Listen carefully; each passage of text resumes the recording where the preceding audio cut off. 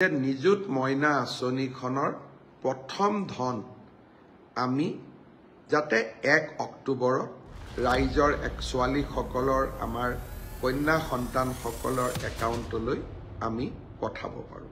নমস্কাৰ দোস্ত, স্বাগতম জনাইছো আমাৰ ইউটিউব চেনেললৈ। অসমৰ মাননীয় মুখ্যমন্ত্ৰী ডাঙৰীয়াই অসমৰ প্ৰতিজনী ছাত্ৰীৰ বাবে মুখ্যমন্ত্ৰী নিযুত মইনা আঁচনি নামেৰে এখন নতুন আঁচনিৰ কথা ঘোষণা কৰিছিল আজি কিছুদিন আগত। আপোনালোকে হয়তো গম পাইছে অলৰেডি, আৰু যদি গম পোৱা নাই তেন্তে এই আঁচনিখনৰ ফুল ডিটেইলছ ভিডিঅ' চেনেলত দিয়া আছে, আপোনালোকে চাই ল'ব।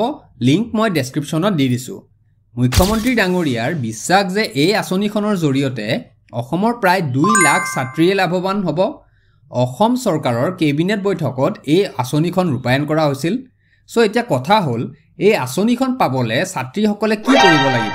আজিৰ ভিডিঅ'ত আমি এই আঁচনিখনৰ বাবে কেনেকৈ এপ্লাই কৰিব তাৰ বিষয়ে সবিশেষ জনাম।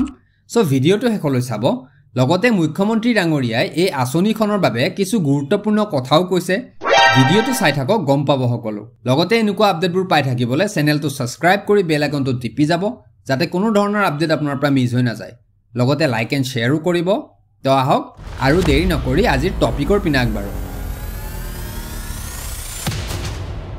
নমস্কাৰ, আশা কৰোঁ সকলো ভালে আছে। ৰাইজক মই এটা ভাল খবৰো জনাব খোজো। অহা 16 আগষ্টৰ পৰা আমি অসমৰ মহাবিদ্যালয়, উচ্চতৰ মাধ্যমিক বিদ্যালয় আৰু বিশ্ববিদ্যালয়সমূহত নিযুত মইনাৰ প্ৰপত্ৰ বিতৰণৰ কাম আৰম্ভ কৰিম। সকলো কলেজত এইবাৰ নামভৰ্তি কৰা ছাত্ৰীসকলে বিনামূলীয়া প্ৰপত্ৰ পাব। এই প্ৰপত্ৰসমূহ পূৰণ কৰি তেওঁলোকে আমাক 10 বা 12 ছেপ্টেম্বৰৰ ভিতৰত প্ৰপত্ৰসমূহ উভতাই দিব।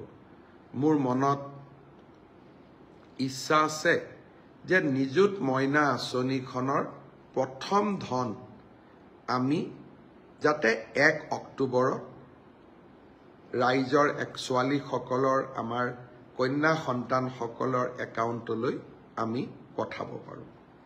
অৱশ্যে আপোনালোকেও জানে যে নিযুত মইনা আঁচনিখন হ'ল চাইল্ড মেৰেজৰ বিপক্ষে লোৱা এখন আঁচনি, অৰ্থাৎ জেণ্ডাৰ জাষ্টিছৰ কাৰণে লোৱা এখন আঁচনি। সেইকাৰণে ডিগ্ৰী পৰ্যায়লৈকে যিসকল ছাত্ৰী কলেজত যায় কিন্তু তেওঁলোকৰ ইতিমধ্যে বিয়া হৈছে, তেওঁলোকে আঁচনিখনৰ সুযোগ নাপাব। অৰ্থাৎ পোষ্ট গ্ৰেজুৱেটত বিয়া হোৱা ছোৱালীয়েও এই আঁচনিখনৰ সুবিধা পাব, কিন্তু হায়াৰ ছেকেণ্ডেৰী আৰু ডিগ্ৰীত বিয়া নোহোৱা ছোৱালীৰ বাবেহে এই আঁচনিখন মুকলি হৈ থাকিব। আজিলৈ ইমানতে এৰিছোঁ। বহুত বহুত ধন্যবাদ। আকৌ লগ পাম।